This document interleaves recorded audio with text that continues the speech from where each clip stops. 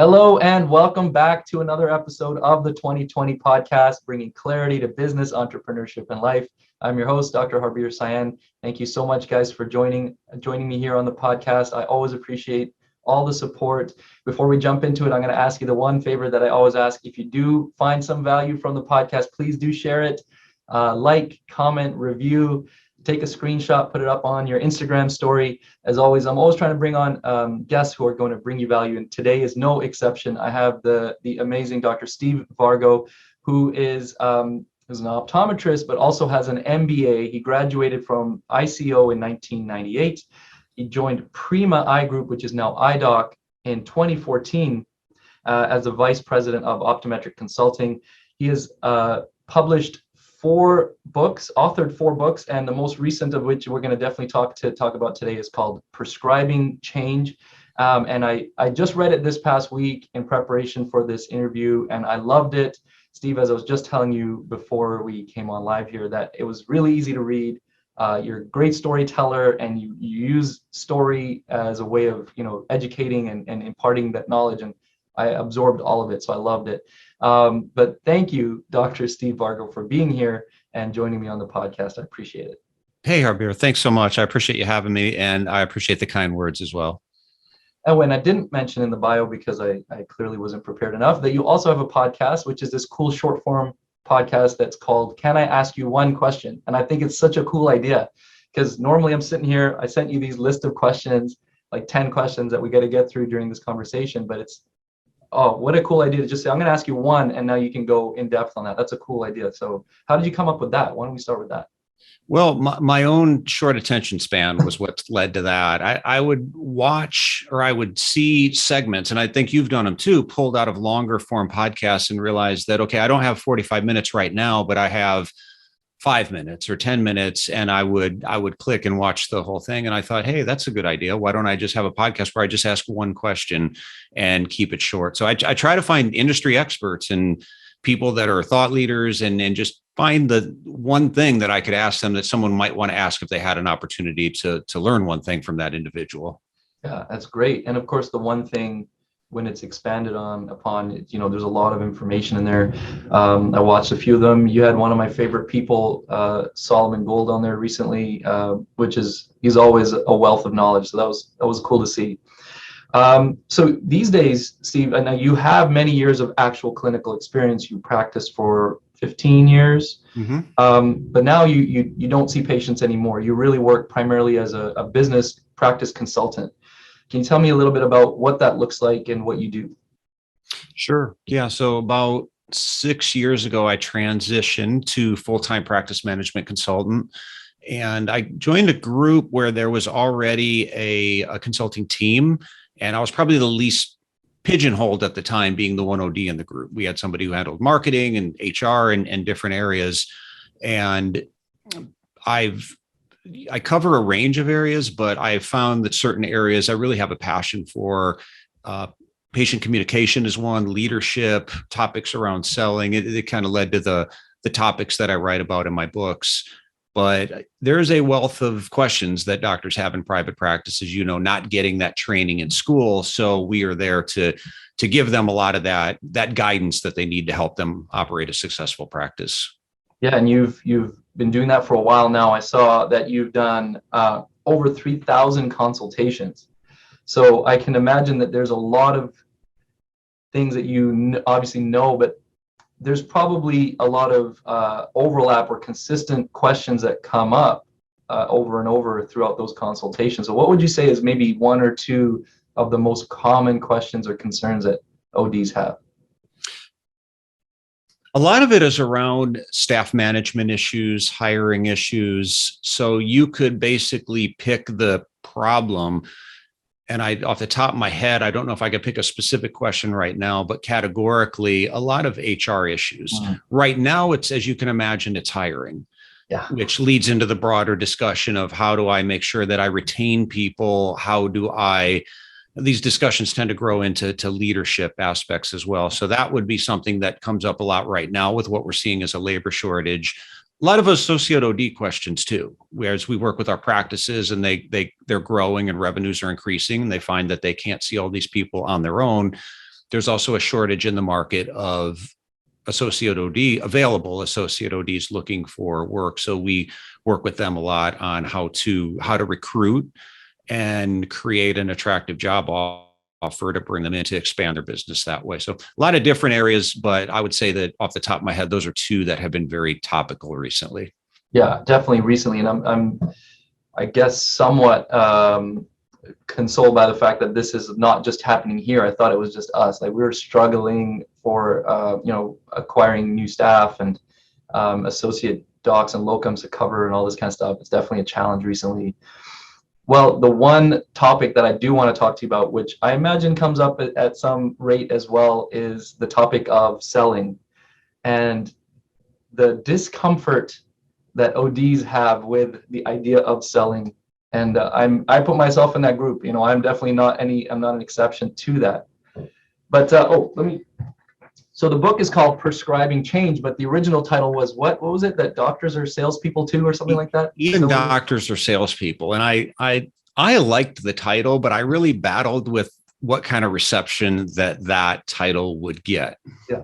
Well, I like this. This is a very good title. I think this is a very smart title, because it kind of hits on a few things that we like prescribing. We don't like selling, but we still want to incite change in people. So I think that's a great title. Now, let's start with this. Why do you think we are so afraid of selling? What is it that we're so afraid of? And how can we change that behavior and that mindset? Yeah, it's a great question. And I think you'd have to look first at where are you putting your focus? And there's a mindset shift that takes place to make selling, or whatever we want to call it. I'm not too hung up on the semantics of it. There's people that say, I don't like the word selling. That's fine. We can use whatever word we want. My version of selling is a little bit different in most cases than traditional selling. I look at almost an area that you might call non-sales selling, which is, by the way, they've done research and found that most people in the workforce spend about 40% of their day doing what's called non-sales selling, which is basically trying to motivate somebody to change a behavior, change their mind on something, develop a new, outlook on something. So being able to be more effective at that right off the bat can make you more influential. But again, I think we have to look at where we're putting our focus in any situation where we're selling. If our focus becomes on us and our revenues and our products, then how is that going to feel to us? As it's going to feel like we're trying to manipulate the other person. And to some degree, you may actually be trying to manipulate the other person. And this is how I was taught to quote unquote sell in the beginning, was you want to basically talk to people about all these different features. It just turns into a feature dump. No one actually said, ask these questions to learn about the individual, peel back the layers, find out what's important to them. It just became, hey, we want you to go over these different things that they should upsell. It's just a process of upselling. So I work on the patient communication side to a large degree in how do we ask better questions? How do we learn more about the other person? And basically shifting that focus off of yourself onto the other person. Once you've done that, and my approach in the beginning is to spend more time learning about the other person, sort of what I call this discovery phase, then all of a sudden you'll get to a point where you don't feel like you're selling, right? You just genuinely feel like you're trying to help the other person get what they need. I like that. That is, I think, a really important shift, is like taking the attention off of yourself and putting it on the other person, and then you're actually helping them, not trying to sell them something. Think about how easy it is when somebody comes in and tells you, I need this, right? and when they tell you right off the bat, I'm here because I want to get prescription sunglasses. How easy does that conversation become, right? Because you know that that's what they need. You feel like you're just helping them. So devoting more time in the early part of an exam to understanding what the other person needs and wants and what's important to them actually makes it much easier for you to have those conversations that we would normally feel uncomfortable having. Right. That makes a lot of sense, actually, when you put it that way. That makes a lot of, so if you're asking all these questions, then the patient divulges kind of what their pain point is, as you kind of use in the book, and then you're able to say, well, I can help you with that. Versus like, I'm just trying to sell you eye drops or omega-3s or whatever maybe it is. Well, it's because it's going to help you with this thing that you just told me you're struggling with. There's one word you used in there. I'm jumping ahead because this was a little lower on my list of questions, but since you kind of referenced it already, influence. So when we're sitting in there in the exam room, the doctor would like to influence the patient to take a certain action. We'd also, I think many of us like to just be kind of influential in other areas, whether it's within our practice, whether it's friends and family. Can you describe to me, how can we become influential in those different aspects? What types of things do we need to be thinking about? Another great question. And that's really where, if we're going to use the word selling, we can almost substitute that with influence, your ability to be influential. Mm-hmm. And again, doctors spend a lot of time educating and informing other people, but if it's really influence that is directly tied to your ability to get somebody else to do something or change something, which really our effectiveness is contingent on that.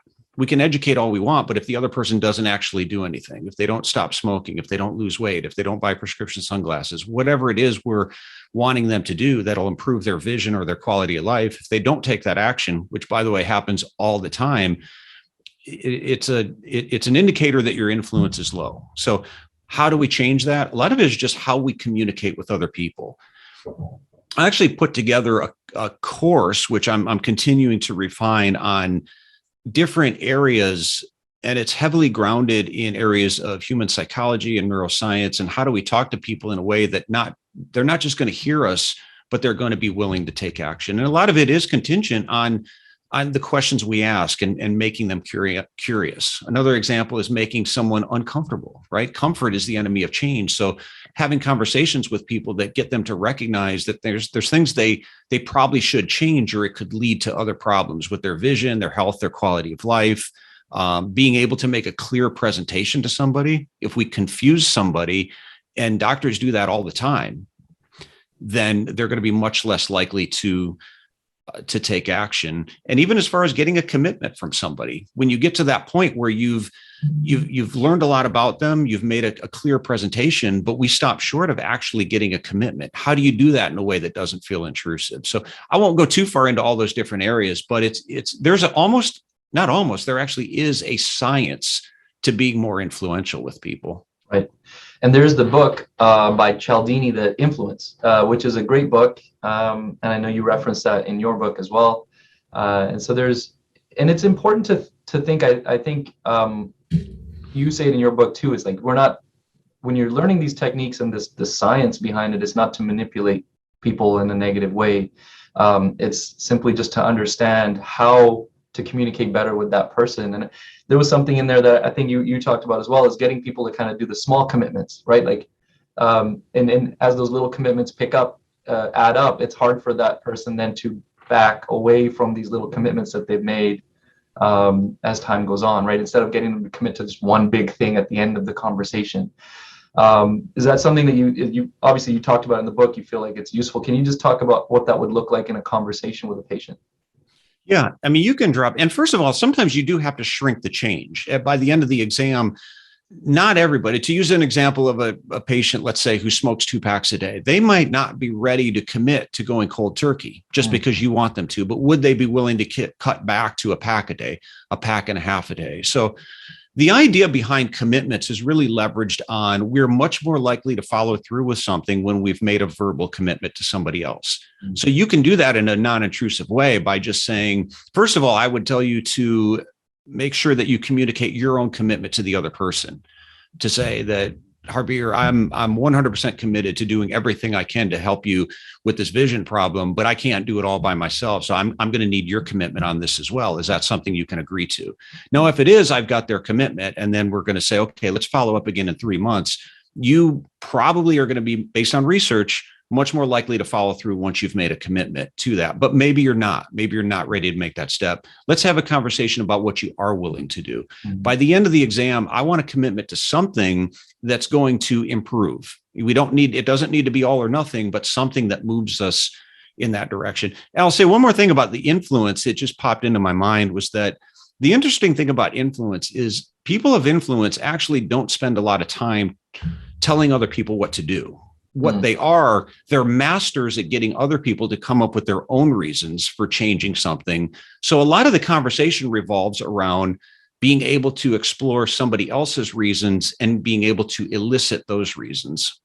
Yeah, that's excellent. I like that. Yeah. I think that's something that many of us strive to have is more influence. The other thing that I think we strive for is enthusiasm, which I know is something that you also talk about.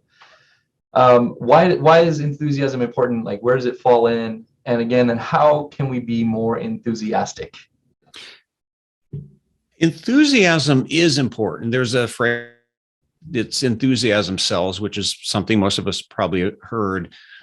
It needs to be genuine. And I would say that while enthusiasm sells is accurate, I think it's misapplied in many situations because it presumes that the enthusiasm is going to be directed at what you're selling. And that can be problematic. And that can even come across as you can lose trust with the other person because enthusiasm can quickly be perceived as promotion.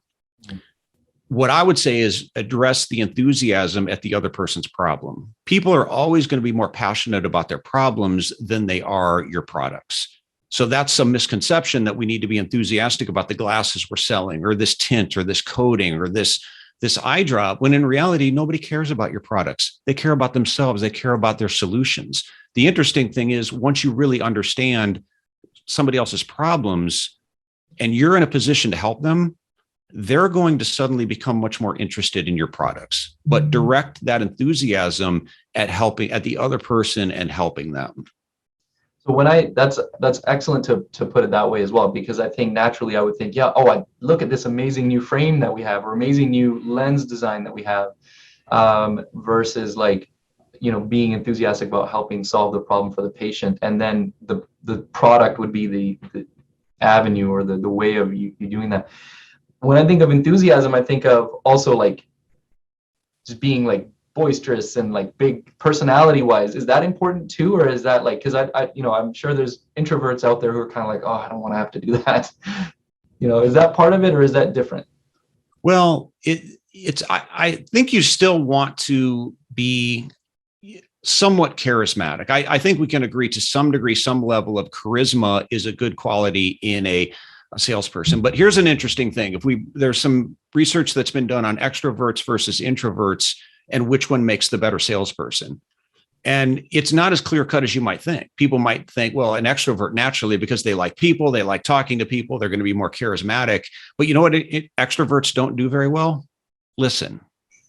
They don't. So what are we talking about up until this point? The value and the importance of listening, of asking questions, of listening to the other person. That's something that introverts do pretty well.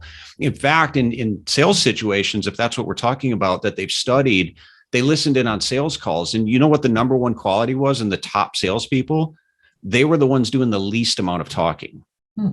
So charisma counts. I think I could look at two people that I had employed and say, well, someone who's more of an outgoing people person might be more cut out for a sales positions, but it's not always that cut and dry either. Oh, that's good to know. And again, I think for those who are introverted, they probably are going to be happy to hear that. And listening obviously is the consistent theme throughout the book, is like listening to hear the other person, to hear what they're saying and actually connect with them. And I think that's very, very important. Now, when we've listened, I like this the analogy of the rider and the elephant, and you also go into kind of, I love that your book is like this psychology / social human behaviors. I read a lot of those types of books, so I think that's part of the reason I loved your book too. And you reference some of the other books I've read and research that I've seen, so it was really cool to see that. But we have sort of our thinking brain, and then we have our more emotional brain, and that's where a lot of our decisions are made. And it's really important then, when we are speaking to this person now and we like to incite change, we need to speak to that part of the brain.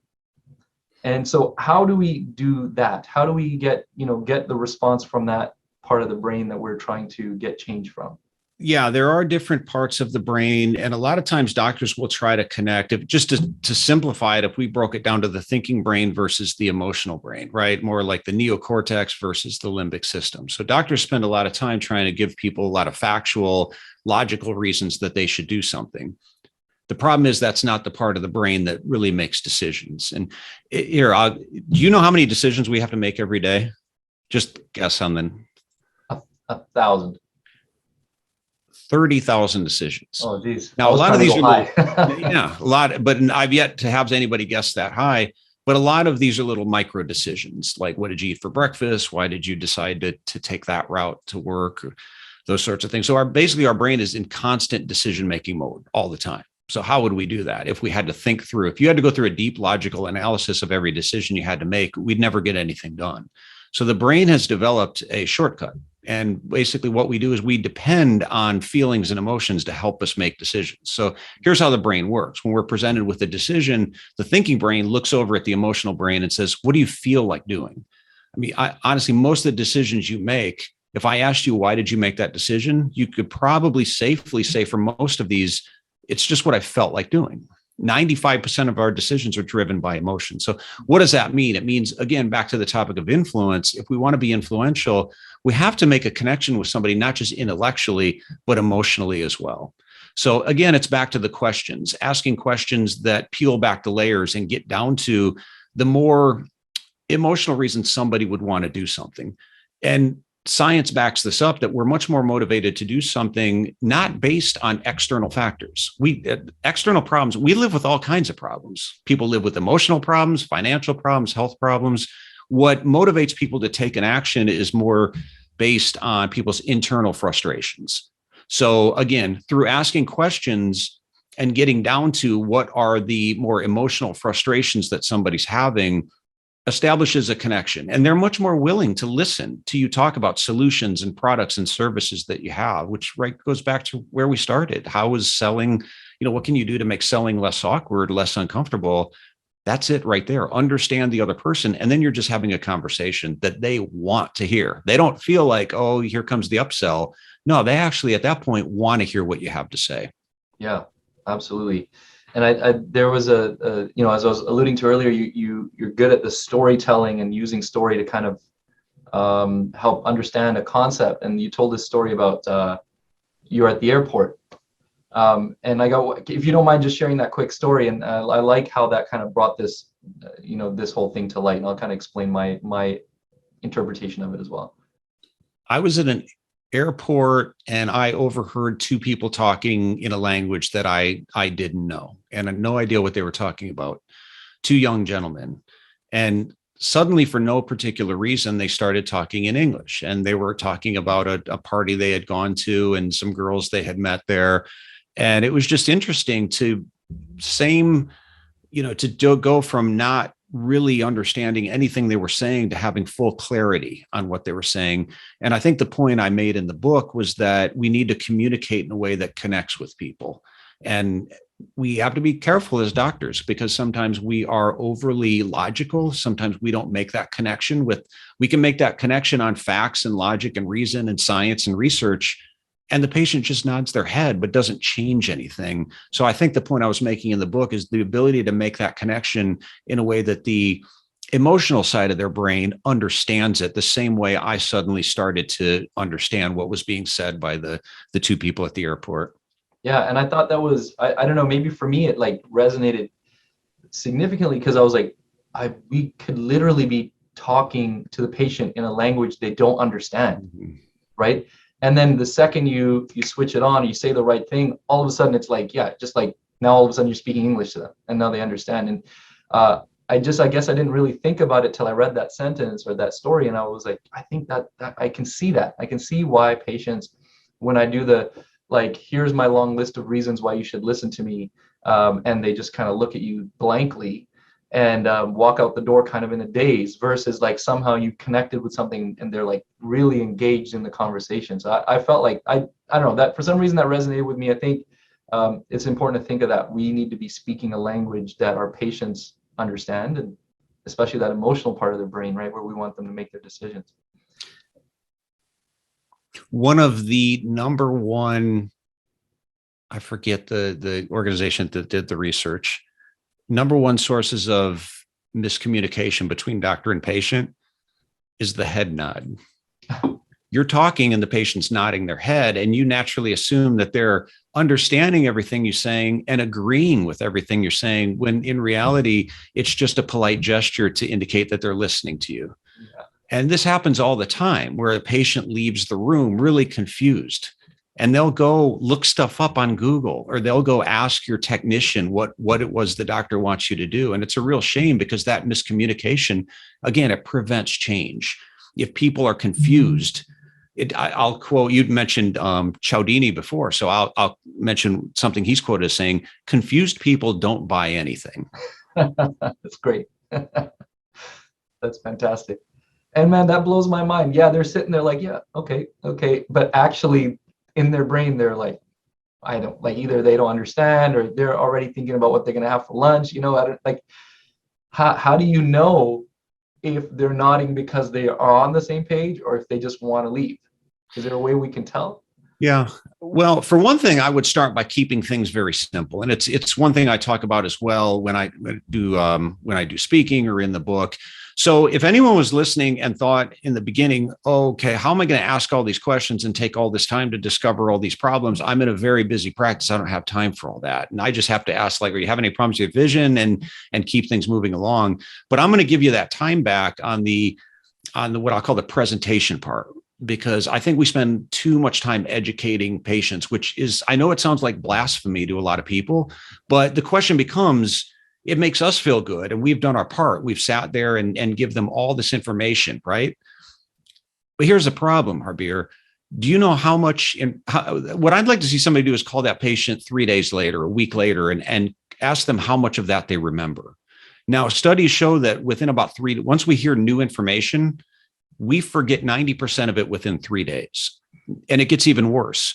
For us to act on something, and a lot of times we're having conversations with patients at point A. We want them to take some kind of action at point B. Maybe it's a lifestyle change or a service we want, whatever it is. But if for us to act on something, it still has to be in our memory. So you've got this double whammy there, where if it's forgotten, then they're not going to take that action that they need to take. So I'm very cautious about keeping things simple and very focused in my presentation. You can always cover things at future visits, have a tech go over it, give them more information to read at home, have them go to a website, but just be aware of how much information you're giving somebody at one particular time. Because if it's overwhelming, if it's confusing, they're not going to act on it. And the reality is they're going to forget a lot of it anyway. So while it makes us feel good that, hey, I spend all this time, we have these long appointments and we take out to, you have to really deal with the realities of people's brain capacity to retain information. Yeah. And then I've definitely had to deal with that in the exam room, you know, in the real life setting here. I get a patient who's got dry eye and has shown interest, or, you know, through our conversation talk, maybe, you know, let's say this is a 50-plus-year-old patient now. They've shown interest in multifocal contacts, and they have dry eye, and, you know, I want to talk to them about the importance of UV protection. And I have to, like, start to streamline that conversation. Like, do I want to have this whole conversation with them right now, or do I want to get them in the multifocal contacts and come back and do a follow-up and then talk to them about the dry eye, or vice versa? And it definitely works better when I break it up. Yeah. And I would just ask yourself, what do I want this person to remember a week from now? What are the most important things that I need to hit? Because in school, we were taught to be very thorough, and there's nothing wrong with that, but we were almost taught to be thorough to the point of confusing. And if we came back in the room and presented to the doctor and we hadn't gone over everything, every little detail, we were either marked down or sent back in. In reality, again, we're dealing with human beings, not information receptacles. So you have to really look at it through the filter of what a week from now, what do I want this person to remember? And a great way to communicate too, we talked about stories, is use stories of other patients. So that is going to be something that really sticks in their memory. So you can give people a lot of information, a lot of facts, a lot of bullet points. Most of it's going to be forgotten. A lot of it's going to be forgotten. Stories are a great communication tool. to talk about success stories, to say, Harbir, I had a patient just like you who was in a week ago having a very similar problem, and here's what we did for that patient. Immediately, you've got that patient's attention, but they're also going to more likely to remember that story than they are a long list of facts and details you could rattle off to them. Yeah, absolutely. That does actually, again, from my personal experience, actually does work quite well to have legitimate. You have to get those. You have to have those under your belt. You have to have that experience and those wins that you can then refer to afterwards. But when you have them, yeah, telling the story about that is huge. There's something that you talk about, and then I've heard you talk about it on other podcasts in the past as well. And I think I originally heard this concept through Tony Robbins or something like that, that we either move towards something like help me rephrase this. I'm sorry, I'm going to butcher it. We move towards something that we want, or we move away from something that we fear, or like a pain point. Can you just tell me a little bit about that and how that applies? Like those are like the two basic motivators for any type of action. Yeah, I think I refer to it as desire for gain and fear of loss. That most of our decisions and actions we take are built around some kind of, we want to acquire some kind of a reward, or we're trying to avoid some kind of a loss. So again, from the standpoint of being influential, if we can dig down to that, one of my favorite questions to ask, it's not the first question you'd lead with, but once you understand the person better, is to ask what I like to call what if questions. Harbir, what if we could make some changes today that would solve that problem you're having? What would that mean, and how would that impact your vision or your quality of life? And then I'm going to shut up and I'm going to let you talk, because now you're going to start to think about what does this mean to me? What does my future look like if I do make that change? Now, what are you doing? You're coming up with your own reasons. Mm-hmm. I don't have to dictate that to you, nor should I. But if I say, what if we made some changes today? How would that impact your vision, your quality of life? Now I put you in a minute, especially when I pause, to think about that. So you're going to think about what do I get out of that? If I made that change, because change is hard. We're slow. We resist change. But if I did, one of two things: what do I get out of it? Or what do I avoid losing? Mm-hmm. So I'm dictating that to be an influential communicator. I'm going to get you to contemplate that on your own. I like that. So I get that concept makes a lot of sense, especially like you're saying, influential people get other people to kind of come up with their own reasons for the change. But something about asking a question that way is uncomfortable to me. And is that just maybe I'm not there yet? I'm not, I got to just practice it. But to ask the question of like, what would it mean to you to go through, I feel like I've been asked that question by other people, and I think the settings have put me off. Like maybe it was, I don't know, somebody was trying to sell me something, right? And they asked me that question. I'm like, okay, I know you're trying to sell me on something here. That's why you're asking me. But when we're asking that in the exam room, is that just like my own comfort level? Like, what do I have to do to get comfortable asking, say, Steve, what would it mean to you if we were able to resolve this issue for you? Is that like... Yeah, it's a good question. I think two things there. One is you have to find your own verbiage that works for you. And secondly, I would say context matters as well. So I'm not necessarily saying that that's a question you would apply to every scenario. But when you genuinely want to know, if you're not sure what is important to somebody else or what's important to them, I think there's a time and a place to say, what does that mean to you? Like, help me better understand what would that mean for you in your job? Because you said you're having some trouble with the computer. I don't really understand real well what you do. Help me better understand, if we were able to solve your dry eye, what kind of difference would that make in your job? Yeah. So there's a level of curiosity that's coming there, as opposed to something that's more manipulative. But again, I'm trying to understand your reasons better. So definitely context matters. Yeah. So it's good. Take some time to come up with your own questions and things that feel natural and comfortable for you. And as we know, something that kind of rolls off the tongue of one person might sound completely different when another person says it. So by all means, you want to feel comfortable with the questions and conversations that you're having. Yeah, absolutely. The intent and the context, all very important. But now that you've kind of explained it like that, makes a lot of sense, right? You actually genuinely want to know how it would affect their life. And curiosity, again, one of the common themes throughout your book. I think you start off with saying that in the book, is that you're a genuinely just a curious person. You like to ask questions, and I think that's a good way to start any interaction really is to be curious and ask questions about the other person. In fact, I had a guest on just recently. He was saying the same thing.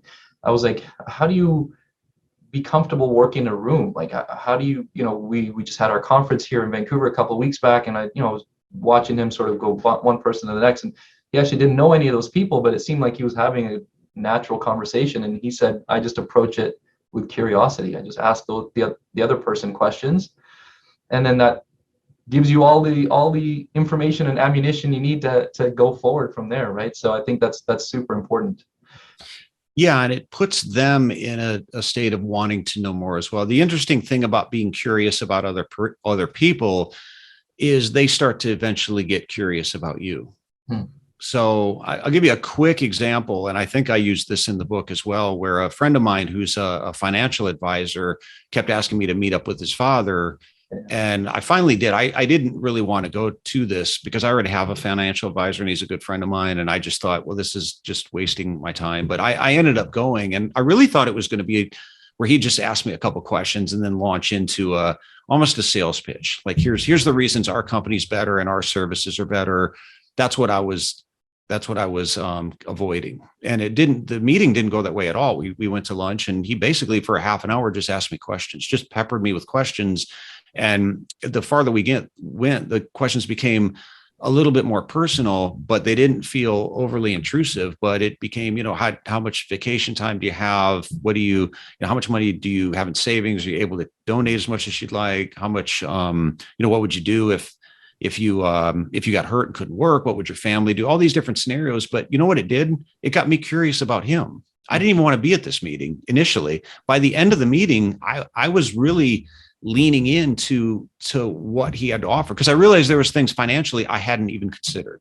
So I became curious about him. And that's one of the real goals. In fact, that meeting got me thinking when I left is, how can we apply this to the exam room? How can we take somebody who walks in and is just thinking about a $10 copay and getting their glasses? How do we take that person and make them curious about what we have to offer, instead of just trying to force onto them all the things that we could sell them? And it was that I felt it leaving that meeting with the financial advisor, that this is much different than the typical approach. Had he just asked me a couple basic questions and then launched into a sales pitch, the meeting would not have gone anywhere like it did. I would not have had that reaction. I would have just been looking at my watch, wanting it to end. Yeah, so did you switch financial advisors then? Question. I still work with the individual. But I still, it's one of my best friends is my financial advisor. So I still created, but I have worked with them on other projects though. Cool. So not completely switch over, but yes. Yeah. Sorry to put you on the spot. I just got to. No, but that makes sense. That's really good. Really good. So, Steve, I could ask you a lot more questions, but then I think you're going to start charging me by the hour for all your consulting services here. Not you. A lot of this, I'm asking for a friend. I'm asking for the audience in the podcast, but I'm like writing it down over here. I'll be implementing this stuff in my practice tomorrow, which is why I think it's so valuable, is because everything we talked about, everything you shared specifically is actionable, is valuable. So thank you for that. Now, are there any specific or important topics that you would like to cover, or anything you think is important for ODs in general to know that they can use? I think since we're on the topic of, we've talked a lot about how to be more influential and how to communicate with people. And some of it is just trying things differently. The quote of the definition of insanity is doing the same thing over and over and expecting a different outcome. But one thing I've done is really studied how to be more influential, how to communicate better. I'm still learning. It's an ongoing process. There's always something new out there that you could learn. But what I would say is, if you're not getting the results you like, and you can get any patient to listen to you, but at the end of the day, are they actually taking action on your advice and your recommendations? And if they're not, or not to the degree that you would like, it may be a matter of how you're communicating with people. We've learned more about the human brain in the last 10 years than we've known about the brain ever since they've been studying the brain. And a lot of that has implications for being a better communicator. So we really don't have to guess at these things anymore. A lot of the things I talk about they're not based on opinion. They're based on actual research that they've done in terms of how to make better connections, how to get through to people, how to motivate people to want to actually do something. At the end of the day, something has to change. And otherwise, you're just talking to people all day, but they don't do anything differently. So try communicating differently, do your own study, try your own methods, and measure the results. Is it making a difference? And keep working till it is. But once you capture things that work for you with your patients, with your personality, different ways of asking questions, different ways of presenting a product or a service, learn from that and keep doing the things that are working for you. Yeah. That's awesome.